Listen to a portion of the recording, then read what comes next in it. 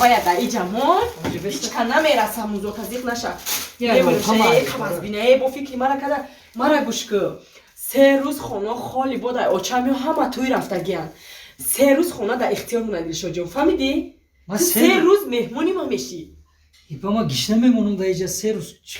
من نخود تو را گشنه مونم اینا کرچکا و پیاز آوردی هر چی کده میخریم انا که یک لما خونه را دیده نشون میتونم ولی به من اون که وزبی من میامینم نگاه که این اینجا اتاقی спальник چیه؟ спальник نه спальни یعنی که اتاقی خواب جای خوابی منو اوچا جونو جدا ما هر دو کتی اوچام خواب میریم انا یگون مهمون یگون خشتا برو میوین انا این کمناتای دیگری ده خواب میرون انا که بیو ما دلشت ده نشون تیم چی گفتی спальник نه спальни خب خلادینی کلام بوده یا؟ این خلادینی که انا که جا نصیب که